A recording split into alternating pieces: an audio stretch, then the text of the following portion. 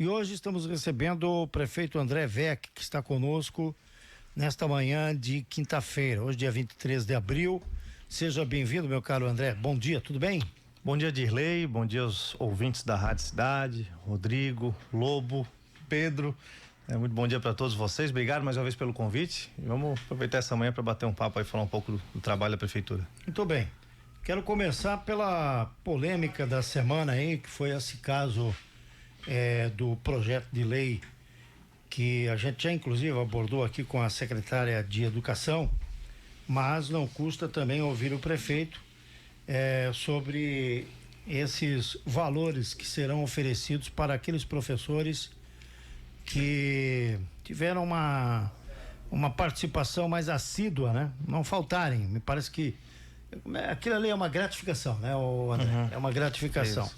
Enfim, e o que chamou a atenção não foi nem a gratificação, o fato de dar a gratificação, inclusive a presidente do Sinceb esteve aqui, que é contrária à gratificação. Ela disse aqui, né, Rodrigo, que ela é a favor de que isso se incorpore ao salário dos professores, enfim, isso você já tem conhecimento, né, André? Eu acho que ela chegou a conversar com vocês também, mas enfim, o que me causou um espanto, eu acho que a grande maioria das pessoas também, foi o número de atestados que são realizados que foram realizados no mês de março.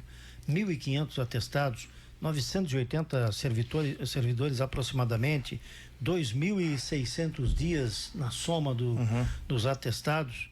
E eu depois tomei conhecimento que pela própria presidente do Sinceb, que essa é uma situação meio que uma média dos setores proporcionalmente ao número de funcionários que cada setor da prefeitura tem, né? O André, você acredita que essa ferramenta pode diminuir isso? Eu entendo que esse projeto não tem a ver só com isso, mas também, você acha que isso pode ser um motivador, não para quem faltou, mas para quem está lá substituindo quem faltou? Essa era a ideia, né? Vamos lá, Dilei. Vamos primeiro contextualizar um pouco sobre a ideia do prêmio, né? O prêmio de valorização da educação, que a gente chama popularmente como 14º salário, ele foi uma proposta de campanha minha e do DECO no sentido de valorizar os profissionais, né, da educação, todos, né? Tu falaste de professores, mas entra servente, merendeira, sim, motorista, administrativo, toda a educação, porque a gente entende que a educação ela é uma engrenagem, né? Como é que a criança vai aprender e ter um bom desempenho dentro da sala de aula se ela não for bem alimentada? Então a merendeira tem um papel importante. Se a escola não estiver limpa e organizada, então o pessoal dos serviços gerais tem um papel importante, a direção tem um papel importante, a gestão. Então a gente entende que é uma engrenagem, ou todo mundo ganha ou ninguém ganha. Então todos os profissionais da educação que estão lotados na Secretaria de Educação estarão aptos a concorrer a esse prêmio, né? Que vai ser pago em janeiro a pedido do próprio sindicato. A gente queria pagar em dezembro, mas aí, como vai juntar com o 13º, a mordida do leão ia ficar muito grande, eles optaram para ser pago a partir de janeiro, né? Foi uma decisão deles e a gente respeitou. Eles que vão receber, então, né, faz todo sentido. Então, e eu sempre deixei muito claro, desde a campanha e ao longo do nosso trabalho no mandato, que teríamos critérios objetivos e meritocráticos. Então nunca foi dito que seria um salário adicional, um extra a qualquer custo, até porque é uma bandeira que a gente defende dentro do governo da meritocracia. A gente fala tanto isso, meritocracia, no privado existe, aí no público você vai pagar. Aí o que vai motivar o servidor a dar o seu melhor se o outro servidor, que muitas vezes vai lá de corpo mole, vai ter o mesmo salário que ele, vai ganhar o mesmo prêmio que ele? Não. Então nós criamos alguns critérios.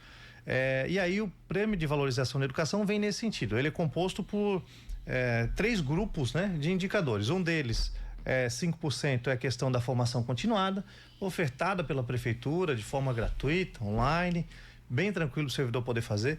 35% a assiduidade, que eu vou falar um pouquinho mais adiante, e 60% de outros indicadores que já são atribuição dos servidores.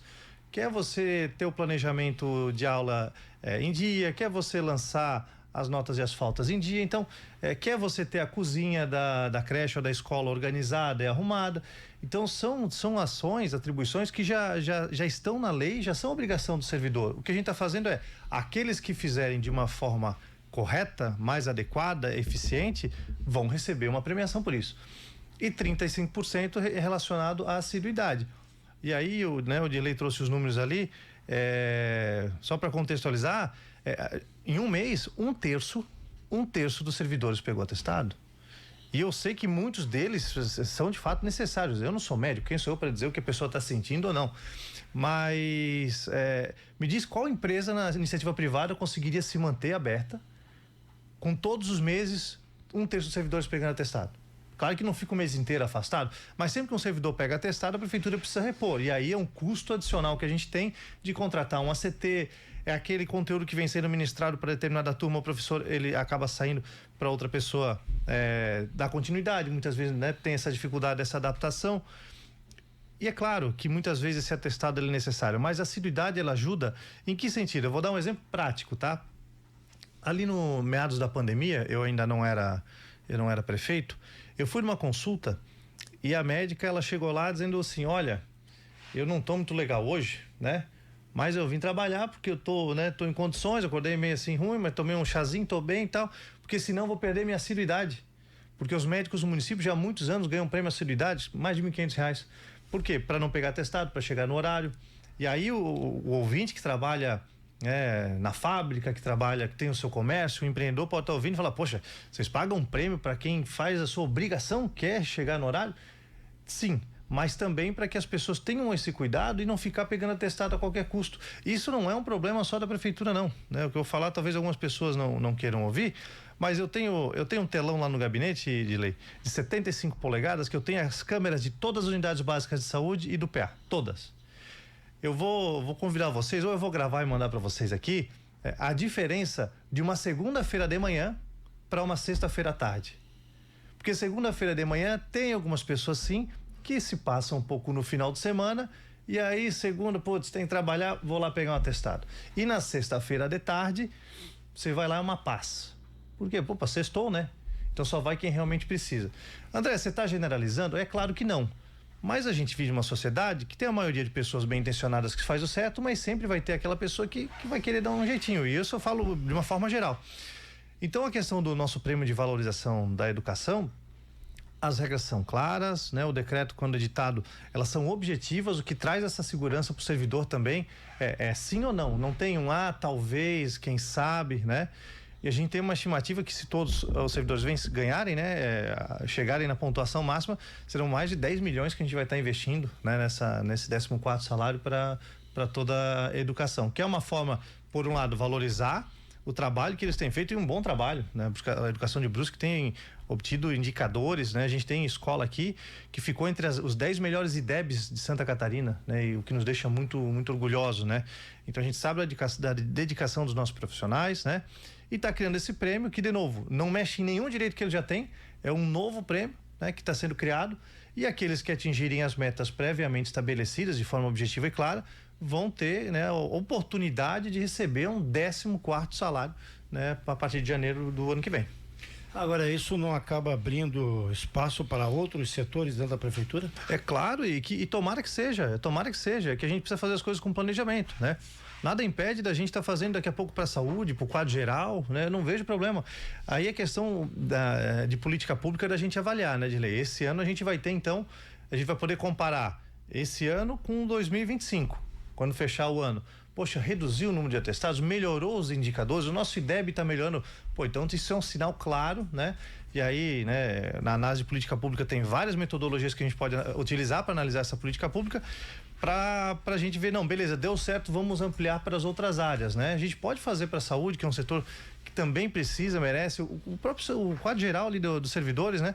É muito delicado você falar que uma categoria é mais importante que a outra. Tudo depende do contexto que ela está inserida, todas têm um papel fundamental, né, no desenvolvimento da nossa cidade. Então nada impede de que, dando certo, a gente obtendo bons indicadores, né? E nada impede também da gente, fechado esse ano, dialogar com o sindicato, dialogar com os servidores e melhorar os critérios. A gente está aberto, né, para poder sempre estar melhorando o projeto. Inclusive, algumas pessoas questionaram por que já não botou os indicadores em lei? Porque engessa muito, né? Então a gente vai fazer em decreto, se precisar mudar, a gente muda o decreto, e aí, poxa, chegamos no modelo ideal, aí sim podemos colocar na legislação para o servidor ter essa garantia também de que sempre vai ser aquele critério. Então, é um piloto que a gente está fazendo, os municípios têm dado super certo, e eu não tenho dúvida que esse vai ser mais um fator para motivar o servidor a se dedicar ainda mais, né, para poder ter essa premiação no início do ano. Ô, prefeito, entre outros assuntos aqui, tem um que a gente até discutiu aqui, que eu queria te ouvir sobre isso.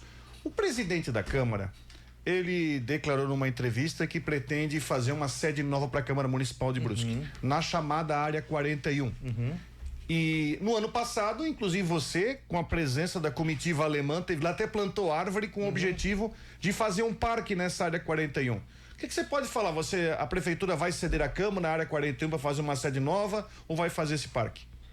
Ou vai tentar dar um jeito de fazer os dois? Não, vamos lá. Primeiro é importante, sim, quando o presidente me procurou, ele e a mesa diretora, para falar do interesse da sede nova, a Câmara tem um orçamento que é deles, né? Eles devolvem para a prefeitura, aliás, eles deixam de gastar por ano 5, 6 milhões de reais. Assim. A nossa Câmara, ela é muito econômica, né? Sempre isso foi, né? sempre foi, isso é um mérito deles. E aí, quando ele me procurou, que ele tinha interesse, eu falei, olha, ali tem algumas situações, não depende só da prefeitura, porque a gente retomou aquele imóvel numa decisão judicial, e a mudança do uso do imóvel tem que ter, pela decisão judicial, uma autorização da associação de moradores, do loteador. Eu falei, olha, vamos lá, corre atrás de toda essa parte burocrática que eu não vou meter, né? E aí, se der tudo certo, não tem problema de vocês darem uma parte daquele espaço para construir a sede da Câmara, não vejo problema nenhum, né? Até porque a prefeitura hoje tem, por exemplo, a gente tem alguns aluguéis que, se a Câmara sair de onde ela está, eu posso trazer para aquele prédio. Então, assim, a prefeitura vai economizar até um certo valor, né? Mas é claro que não seria toda a área, né? Lá são 20 e tantos mil metros quadrados. Área grande. Acho que ele iria usar 3, né? E aí a gente faria então um parque, acho que faria até bacana, daria uma utilidade, né? Teria a Câmara, um parque, e aí a manutenção ficaria por conta do próprio Legislativo, né? É uma conversa que a gente pode fazer com ele. Mas aí é uma correria muito mais que ele tem liderado com os vereadores, né? E a gente só tem acompanhado. Só tenho acompanhado. Porque ele precisa primeiro das autorizações, né? Tá certo. Outra situação, você gravou um vídeo essa semana passada, para falar sobre a questão de que agora o dinheiro para fazer o asfaltamento das ruas agora tá liberado. Você falou sobre o tal do asfaltaço. Tá, o dinheiro tá na conta quando? Como é que você vai operacionalizar? Em quanto tempo você pretende, por exemplo, dar dar um resultado nessa questão do asfaltamento? Você falou que teve um problema na liberação do dinheiro nesse negócio. Você está chamando de asfaltaço? O asfaltaço, esse é o maior programa de revitalização de vias da história da cidade, mais de 100 milhões de reais que a gente vai estar investindo para requalificar mais de 100 quilômetros de vias, né? O dinheiro, até depois eu posso mandar, a gente recebeu um e-mail ontem que o dinheiro tá na conta, né? Porque teve feriado, a Caixa teve suas questões administrativas internas, né? Que acabou atrasando um pouco a burocracia. A gente fez um cronograma de desembolso, então a ideia é a gente desembolsar 60 milhões esse ano e 40 milhões ano que vem. A gente vai iniciar ali pela região da Ernesto Bianchini, João Bianchini, aquela rua ali que vai do cruzamento da Ernesto Bianchini até o Portal da Guabiruba. A gente quer iniciar por aquela região. Eu gostaria muito de iniciar na semana que vem. Até eu tenho uma reunião amanhã à tarde, porque daí tem o trâmite agora interno nosso, né? De você empenhar, de você comprar o CAP, comprar todo o material para poder efetivamente iniciar. Então, no mais tardar, né, até na outra segunda-feira a gente inicia, mas quero muito começar, né, na semana que vem. E aí, quando começar, a gente vai estar divulgando, porque quando começa a primeira rua, depois as outras vão, né, no automático. Ernesto Bianchini, inclusive, o SAMAI já fez toda a parte da melhoria da rede de água, né, tá vendo a construção de algumas bocas de lobo. Então a gente tem tido cuidado antes da gente fazer todo o recap, que vai ser passada a fresa para arrancar o asfalto velho, né? Feito o asfalto novo, da gente cuidar e melhorar tudo que precisa que está embaixo da terra, né? Para não ter que abrir. Não abrir. Nada impede, né? Vou até bater na mesa, mas de romper uma tubulação, de algum problema. Acontece, né? Mas o objetivo nosso, né? E a regra é que depois que a gente faça ali todo o recap, a gente não tenha, né, esse dano no asfalto, né? E é extremamente necessário, né? Você anda aqui pelas ruas de Brusque, eu gravei um vídeo que não foi publicado ainda, Rodrigo, ali na Daniel Imhoff. Cara, a Daniel Imhoff, se eu pego ali da prefeitura até um pouquinho depois do OAB, né? Chegando ali no Flores do Campo, é terrível, assim, é terrível. Literalmente são 50 tons de cinza aquele asfalto. E asfalto em cima de calçamento, né? De tanto remendo que tem. E até dá para fazer, se a base for bem feita, porque se não for bem feito, o calçamento vai trabalhar embaixo, né? E, enfim. Agora que a gente investiu mais de 20 milhões em maquinário na Secretaria de Obras, né? A gente tem toda a estrutura para poder fazer um asfalto de qualidade e duradouro. Algumas manifestações aqui, o Décio Izar está... Eu vou resumir aqui. Ele está contestando o prefeito em relação à saúde aqui de Brusque, está dizendo que a saúde está precária ele fala que uma consulta simples está demorando 40 dias, segundo o Décio Izar. E consulta com especialista 6 meses. E cirurgia com um pedido médico. Daí, o que você tem a dizer sobre essa situação, os comentários do Décio Izar em relação, viu, o André, sobre consultas e exames. Aliás, o secretário esteve aqui, o Ricardo, ele admitiu que de fato não está conseguindo se vencer. Se pega-se um grupo de pessoas que já estava do ponto de vista da cronologia já há muito tempo esperando, se atende, mas já tem outro grande grupo chegando também, né? Isso é uma demanda que não está conseguindo vencer, prefeito? É uma demanda que cresce a cada dia, né? Cresce no primeiro momento, assim, de uma forma mais exponencial quando a gente amplia, né? Então, assim, a gente resolve um problema que era o quê? Pouco médico, a servidor sobrecarregado. Então, beleza, vamos dobrar o número de médicos, dobrar o número de técnicos. A gente foi lá e dobrou o número de equipes da Estratégia da Saúde da Família, ampliou o horário de atendimento das UBS, das 7 da manhã às 7 da noite, a maioria delas sem fechar para almoço. E é claro que quando você amplia a prestação de serviço, as pessoas passam a utilizar mais serviço público, né? Então a gente teve um grande aumento no consumo desse tipo de serviço, né? As pessoas vão lá, vão para consulta, e da consulta ela sai muitas vezes com a indicação de um exame, seja de sangue, seja de imagem, né? Para daí sim fazer o encaminhamento para algum tipo de especialista. Esse caso, até depois se quiser passar o contato desse cidadão, Odilei, porque depende muito da especialidade. Não é uma regra, né, demorar 6 meses para um especialista, dependendo qual for, que às vezes a gente tem dificuldade de contratar determinado tipo de especialista, né? Hoje eu posso tranquilizar a população que não falta recurso, né? Mas muitas vezes a gente tem essa dificuldade de contratar o especialista. Eu falar, neuropediatra, poxa, é super difícil a gente contratar. Por quê? Porque no privado ele ganha num dia, né, o que ele ganharia em uma semana trabalhando pela prefeitura. Então, para ele financeiramente não compensa tanto. Então a gente faz parcerias como faz com a AMA, por exemplo, que ela daí se contrata por consulta e a gente faz um convênio com elas. Porque pela lei o salário que eu posso pagar para o médico da especialidade A é o mesmo da especialidade B. Eu não posso ter essa diferença de especialidade. E a gente tinha uma outra dificuldade que agora está sendo vencida, que é em relação aos exames de sangue, né? Está muita dificuldade de credenciar os laboratórios, porque os laboratórios já estavam com muita demanda, né? Tanto é que a gente vai fazer mutirões agora. Esse sábado já tem mutirões, 200 exames que a gente vai estar fazendo, né? Para poder dar uma vazão nessa fila de espera do exame. E saúde é uma situação que, se você for em qualquer cidade do Brasil, ela vai ter os seus problemas e vai ter o que melhorar. É fato que avançamos muito nos últimos anos, mas é fato também que ainda temos alguns desafios a serem superados, né? E o Ricardo, liderando toda a nossa equipe, tem feito um grande trabalho para que a gente pudesse botar a casa em ordem. Finalizamos o ano, refizemos os contratos com os 2 hospitais, né? Contratos agora bem feitos, objetivos, segurança jurídica para os 2 lados. E agora a gente está focando em melhorar a qualidade do atendimento e reduzir o tempo de espera, como esse caso que foi citado, na atenção básica. Então a gente tem trabalhado muito, né? E sabe que sempre vai ter esses desafios, mas nada disso também tira a nossa motivação em trabalhar para poder melhorar ainda mais o atendimento na saúde. O prefeito, obra da 1º de maio, o que você pode falar do andamento da obra da 1º de maio nesse momento? A gente tem acompanhado todo dia aqui a questão, e até ontem foi aquele muro de contenção da vala também que estava cedendo, a situação da 1º de maio. O que você pode falar sobre o cronograma da 1º de maio ali para a população? Eu tenho certeza que você está sendo procurado pelo pessoal da 1º de maio toda semana. Assim, a 1º de maio é um problema que vai gerar uma solução, né? Até, vamos resumir a história. A obra é feita num brejo, né? É um brejo. Qualquer lugar que você mexe, cai um pedaço de terra aqui, cai outro lá. Então, assim, é uma obra extremamente complexa, talvez uma das mais complexas já executadas aqui no município. O cronograma se mantém, né, até junho, até final de junho, para a gente estar entregando a obra. Faltam cerca de 15 metros de túnel ainda para serem feitos embaixo da terra. Finalizado esse processo, a gente fecha e aí avança depois, que tem que instalar aquelas caixas no meio da via, caixa de transição, né? E aí a gente vai estar também adequando ali os cronogramas para concluir essa obra, tentando gerar o mínimo transtorno possível. A gente sabe que é um problema, mas quando a obra finalizar, e a gente vai fazer o recap todo daquela via, né? Foi feita agora aqui uma capinha só para sair do buraco, né, e da poeira. A gente vai refazer, vai fazer todo um asfalto novo ali de qualidade, calçada nos 2 lados, iluminação em LED. Então a gente vai devolver uma via, né, de primeira ali para a comunidade. E a primeira chuvarada que der, que a obra se mostrar efetiva, a gente vai ver que, poxa, valeu a pena esse transtorno, porque o transtorno agora é temporário, mas tem uma data para acabar. Mas só quem já teve a situação, como a gente tinha lá na Uri de Schwartz, por exemplo, e na 1ª de Maio não é diferente, a pessoa está na praia, né? Aproveitando com a família, e aí fica sabendo que caiu um mundo d'água aqui, né? 80 milímetros em 2 horas, né?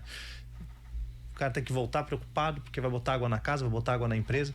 Então, assim, é um problema que a gente está tendo a coragem de enfrentar, né? E resolver, ainda que venham críticas, e faz parte de todo o processo, né? Se não quisesse crítica, não tinha entrado nessa vida pública, mas não tem dúvida que, né, ao final de todo esse processo, com a obra entregue, com a via bem feita, a gente vai poder trazer uma nova realidade para os moradores e para quem tem, né, comércio e empresa naquela região. Essa revitalização do Antônio Raio, que já começou ali no Monte Serra e está descendo, já chegou aqui perto da Havan, ali nas imediações. Qual é o prazo de entrega e o que na avaliação do prefeito essa revitalização vai melhorar na mobilidade? Essa revitalização, até também contextualizando, ela é uma continuidade lá atrás do antigo Plano 1000, acho que era alguma coisa assim, né? O governador Jorginho, quando ele assumiu o governo do estado, todos os projetos que já estavam em andamento, já haviam pelo menos uma parcela paga, ele, né, assumiu o compromisso de manter, e esse é um deles, né? Então foram feitas algumas mudanças no projeto. O que acabou atrasando um pouco foi porque quando a gente assumiu, nós decidimos fazer aquela gota ali na entrada do pavilhão da FENARRECO, que ali sempre era um problema. O pessoal cruzando a atravessada, sair da ponte André Volkmann, se colocava em risco para subir no Monte Serra. Poxa, são 4 pistas que tem ali, né? Então agora ele anda um pouquinho a mais, ele faz o retorno na gota, né? E consegue seguir ali o caminho para Itajaí com segurança. Então isso acabou atrasando um pouco porque teve essa fase da mudança do projeto, né? A gente gostaria muito de terminar ainda esse ano. Claro que depende muito da empresa, né? Da empresa, perdão, e dos cronogramas de desembolso, né? Como é um convênio que já está firmado, a questão eleitoral não interfere muito, né? Então a gente está na cobrança ali. Agora eles levam o asfalto então até a Praça Vicente Só, que é ali na frente do Bandeirante, aquela praça que tem ali, né? E depois então tem aquele último trecho que seria ali da entrada da Nova Brasília até ali a região da FIP. Né? E a pavimentação ali do pátio da FENARRECO, né? Não tem a ver com o dinheiro do asfaltaço, vai ser uma outra situação. Isso. Vai ser feito? Vai ser feito. A gente quer fazer agora em maio a pavimentação ali do pátio do pavilhão da FENARRECO. Primeiro porque resolve um problema grande daquele assustamento, que quando chovia era lama, né? O negócio é complicado. E segundo que deixa ele apto, né, e adequado para receber eventos ali também, né? A gente quer fazer um evento bacana ali no 3 de agosto, na véspera do feriado. Então o pátio pavimentado também permite que a gente faça mais eventos, como já teve alguns, né? Mas a empresa que vai fazer o evento, ela tem que botar tablado, porque tem esse risco de chover, de dar lama e tudo mais. Mas respondendo a tua pergunta, Rodrigo, não vai ser utilizado dos 100 milhões, tá? Esse é um recurso do superávit do ano passado, que nós vamos utilizar para poder que era um compromisso nosso também, de estar asfaltando para melhorar a experiência de quem vai não só na FENARRECO, mas também nos outros eventos ali do nosso complexo de eventos. Ontem tivemos audiência pública lá na Câmara de Vereadores sobre a concessão do esgoto sanitário, falado também sobre água, né? Distribuição de água e reservamento de água, enfim. O que dá para resumir assim, porque se hoje a prefeitura, a gente já comentou aqui, André, todo tipo de obra que mexe com a mobilidade da população, que você interfere na mobilidade, causa um desgaste. Né? Infelizmente é aqui em Brusque, é lá em Florianópolis, Blumenau, em São Paulo, não importa qual é o lugar, seja governo estadual, federal, principalmente os governos municipais, eles sofrem com isso. Porque aqui é o para-choque do cidadão, né?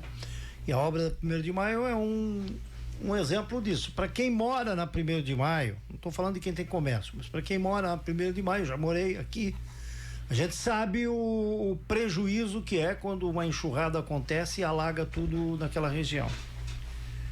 E o sofrimento que o gestor vai ter agora quando começar as obras do saneamento. Nessa audiência pública isso foi comentado a respeito da estratégia, do planejamento, porque a gente falou aqui também, André, eu acho que nessa questão da 1º de Maio não houve tanto planejamento do meu ponto de vista como houve, por exemplo, na ponte do Maluche, que é uma obra mais simples em comparação com essa, certo? O que dá para a gente analisar sobre planejamento aqui e planejamento agora para essa obra do saneamento, para isso não interferir tanto, não impactar tanto na mobilidade no dia a dia do cidadão? Perfeito, vamos lá. Sobre a audiência pública que tivemos ontem, ela foi a revisão do Plano Municipal de Saneamento, que envolve água, esgoto, resíduos sólidos e drenagem. São esses 4 pontos. Então, até uma previsão legal de que, tempo em tempo, o plano tem que ser revisado quais as metas, ações, os projetos, né? Por exemplo, no último plano que estava vigente, a gente não tinha ainda uma empresa de esgoto, agora a gente já tem. Então, como que a gente planeja isso? Né? E respondendo algumas dos teus questionamentos, né, Edilei? O planejamento que a gente tem feito com a empresa, né, a gente está em vias de assinar o contrato, ela está cumprindo ainda os requisitos que a legislação solicita a ela, é de divulgação, primeiramente, para que a comunidade saiba quando, né, o esgoto vai passar na rua dela. E aí, até o Rodrigo estava falando aqui, ela fez um roadshow aqui na imprensa local, né? Sim. E pretende ter esse diálogo muito aberto, com muita transparência. E até avisou que vai fazer uma solenidade da assinatura do contrato, Isso. né? Até falou que você nem abrir, mas vai fazer em maio. Porque eles têm a parte deles lá, né? Para resolver. É um contrato muito grande, a legislação ela é bem rígida em relação, né, aos pré-requisitos deles. E aí a nossa ideia, inclusive organizado junto com esse recap dos 100 milhões, a gente não vai fazer recap onde, pelo menos nos próximos 2 anos, vai passar o esgoto, né? Então, por exemplo, a gente vai começar lá pela região sul, ali, Rio Branco, Dom Joaquim, aquela região, porque como a estação de tratamento de esgoto vai ser na Estrada da Fazenda, a empresa deve iniciar ali pela região norte da cidade, né? Vai estar lá na Volta Grande, Santa Terezinha, Limeira, Santa Rita, Centro. Por quê?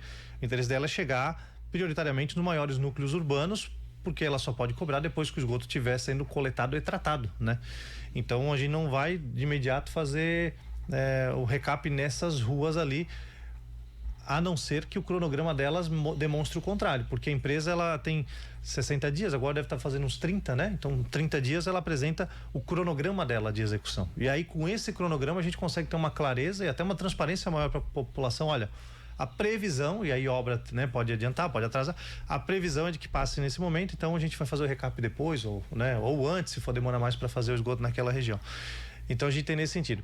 Em relação ao planejamento, Dilei, eu trabalho com planejamento já desde que eu iniciei minha vida na área pública, né?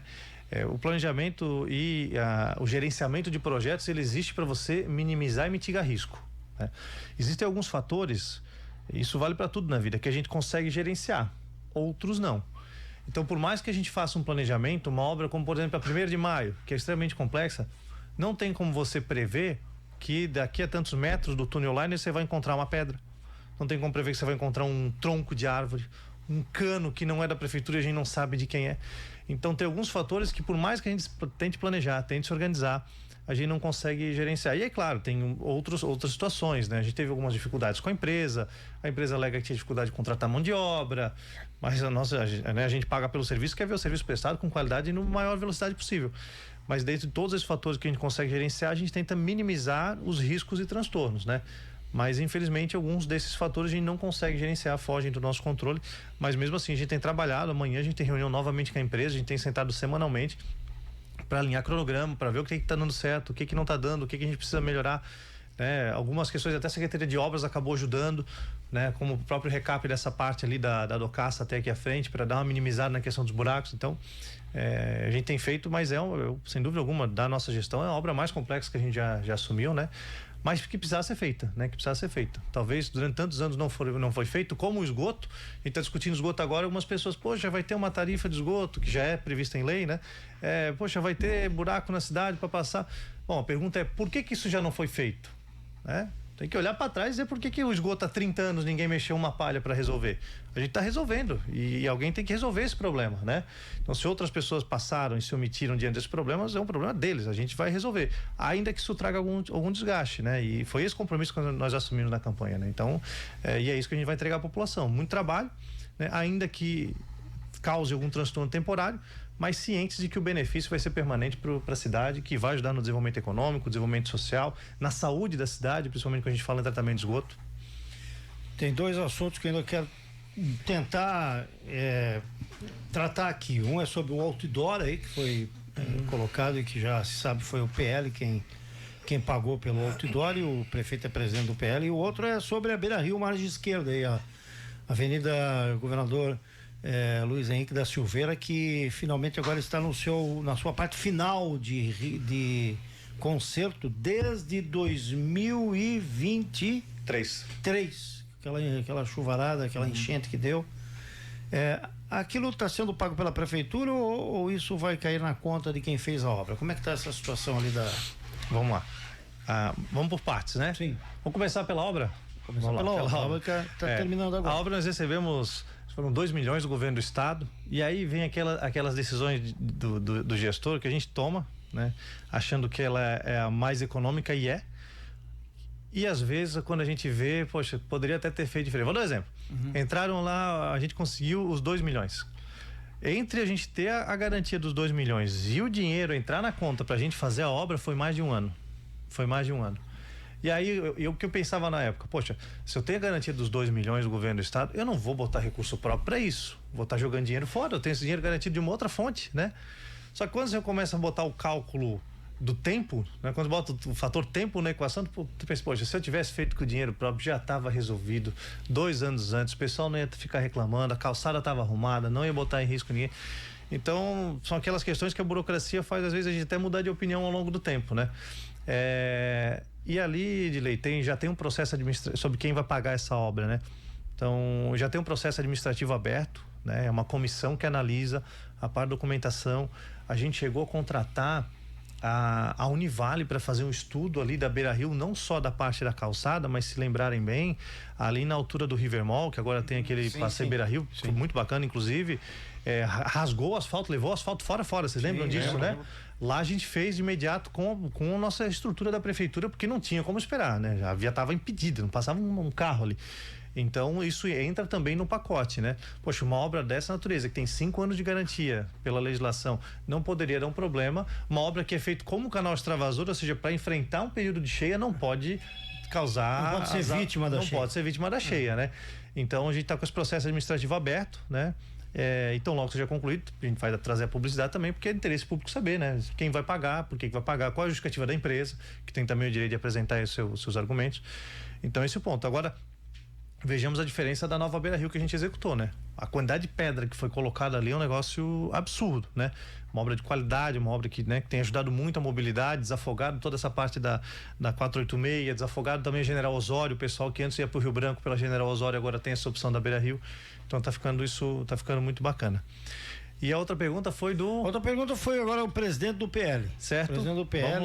Vamos lá. Um outdoor que mostrou aí que Brusque vai ter que pagar 16 milhões, a cidade de Brusque, por conta de uma situação que já foi decidida pela justiça, do ex-prefeito Ciro Rosa e também do vice Dagomar Carneiro em 2003. 2003. Que a prefeitura, inclusive, me corrija se eu estiver errado, teve que já desembolsar R$1 milhão. Isso. Para não ter as contas sequestradas. Exato. É isso aí. Conta a história pra gente, porque houve aí uma situação de que dividiu as opiniões, né? Entre situacionistas e oposicionistas. É claro que os oposicionistas foram contra esse outdoor. Sim, as viúvas, né? Mas vamos lá. Primeiro vamos lembrar a história. É importante a população de Brusque saber o que aconteceu. Em 2003, havia um movimento, não só aqui em Brusque, mas no estado, de muitos escritórios de advocacia, falando, olha, prefeitura, tu tens o direito aqui de pegar esse dinheirinho, aparece até hoje. Tem um dinheiro aí que para entrar na conta, se tu me contratar, eu resolvo, né? E na época, o governo do Ciro, e o Dagomar era o vice dele, né? Eles se apropriaram do recurso de 2 bancos ali, né? Alegando que aquele dinheiro era devido para a prefeitura, devia imposto para a prefeitura, e eles ficaram aqui lá. O banco entrou na justiça, num primeiro grau, salvo engano, até a prefeitura teve decisão favorável, mas no segunda instância o TJ não, isso não é direito da prefeitura, né? Só que enquanto isso, a decisão da justiça disse, olha, até julgar o mérito definitivo, até eu ter, né, transitou em julgado, o banco está certo, a prefeitura está certa, falou o seguinte, prefeitura, já que vocês ficaram com esse dinheiro, coloque ele aplicado numa conta, deixe ele aplicado numa conta, e ao final do processo, se vocês ganharem, vocês usam, se vocês perderem, vocês devolvem para os bancos, ok? O Ciro assinou um documento, não é só ação, ele assinou um documento se comprometendo, né, a ficar com esse dinheiro investido. Pois bem, 2005, termina o processo, terminação. Prefeitura, vocês perderam, por favor, acho que na época eram coisa de 5 milhões. Por favor, devolvam o dinheiro pro banco. E cadê o dinheiro? Ninguém sabe para onde foi. Aí tem algumas viúvas que falam, foi na obra, não sei o quê. Querido, se fazer uma obra justifica você 20 anos depois deixar essa fatura inflacionada para a população pagar, então mostra que a pessoa não tinha mínimo de condição de estar sentada naquela cadeira. Então agora, mais de 20 anos depois, a fatura chegou e passava, se não me engano, de 20 milhões, a gente negociou por 16, tivemos que pagar 1 milhão no ano passado, né? E aí, com o planejamento, que é a marca do nosso governo, sobraram no final do ano de superávit, que seria uma espécie de dinheiro em caixa, 41 milhões. 16 a gente separou, está numa conta guardadinha aplicada para pagar essa dívida que foi deixada pela ingerência, incompetência, improbidade, chame do que quiser, né, da gestão do Ciro e do Dagomar. E a gente agora vai ter que pagar esse ano dinheiro do brusquense, 16 milhões de reais. E aí, uma porrada só? Não, em 10 prestações. Em 10 prestações. 1 milhão e 600, isso. Mas assim, são 16 milhões. São 16 milhões. Com o mês que vai ser pago, são 16 milhões, que poderia fazer muita coisa com 16 milhões. É muito dinheiro, né? É muito dinheiro. E aí, o que me causou um pouco de espanto foi que os fãs do Ciro e aquele grupo deles ali, né, que mamaram nas setas da prefeitura durante anos, né, estavam mais preocupados com quem colocou outdoor do que com os 16 milhões, né? Tem gente, eu não sei o que, mas não vi outdoor porque eu fui desviar do buraco na rua. Pois é, querido, então te preocupa aqui com os 16 milhões, que se tivesse em caixa ajudava a resolver o problema do buraco na rua. Então, quer dizer, tá mais preocupado com a ação, né, de divulgação, né? Porque e aí faço até uma crítica aqui, acho que a imprensa deu pouca publicidade para esse fato, que é um fato absurdo, 16 milhões de reais, né? E você falou aqui na Rádio Cidade 2 vezes. Falei mesmo. E acho, falou, né? E foi colocado no site também. Isso. E repito. Talvez, infelizmente, a opinião pública acaba não mensurando isso, ou não fazendo uma reflexão do quanto isso é grave. Mas talvez, aí não é uma crítica à Rádio Cidade, né, Edilei, mas assim, talvez porque também foi pouco divulgado isso, né? Foi pouco divulgado. Até a gente entendeu, foi pouco divulgado, a população precisa saber disso, né? E as pessoas me cobram com razão, elas têm que me cobrar todos os dias, isso não tem nenhum problema, né? Agora, são 16 milhões, é muito dinheiro. O orçamento de Botuverá, se não me engano, são 60 milhões no ano. Então, falando 16 milhões de reais que vão ser jogados fora. Isso fora o que está por vir, Edilei. Tá para vir uma de 30 milhões também da gestão Ciro e Dagomar, de um trecho da Beira Rio que eles fizeram superfaturado, direcionado, e é um recurso da União que vai ter que ser devolvido agora com juros, multa e correção monetária. E aí? Qual é o trecho? Cara, é um trecho da margem direita aqui. É coisa antiga. Mas eu posso também passar. Já foi julgado isso? Não, já foi condenado. Foi condenado. Tá condenado. Só que acontece, esse agora a gente teve que pagar de imediato. Esse dos 30 milhões, tem que ver se a justiça vai mandar para precatória, vai para uma fila. Mas se não pagar nessa gestão, vai pagar na próxima. E esse precatório para o governo federal? O governo federal. Dívida nossa com a União. Dinheiro em que a gente chama, como é que é? Fundo perdido. Fundo perdido. É isso, não é empréstimo, é fundo perdido. Que não foi prestado conta. Não foi prestado conta, Ou que foi, sei lá. Ali foi licitação superfaturada, direcionada, coisa que eles faziam a rodo na época, né? Então o que a gente precisa mostrar para a população que as escolhas erradas do passado causam consequências hoje, né? E aí o pessoal vem querer defender, não tem como defender 16 milhões de dívida no bolso contribuinte. Eu faço até um desafio.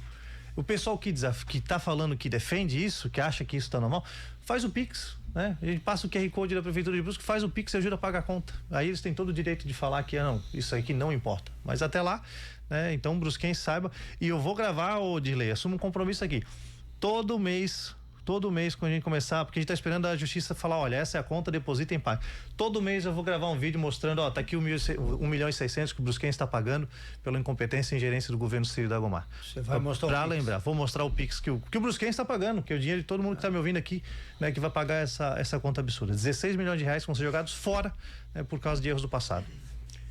Muito bem, o tempo é adversário, mas... Até tem muitas perguntas aqui, não vai dar para fazer todas elas, lógico, né?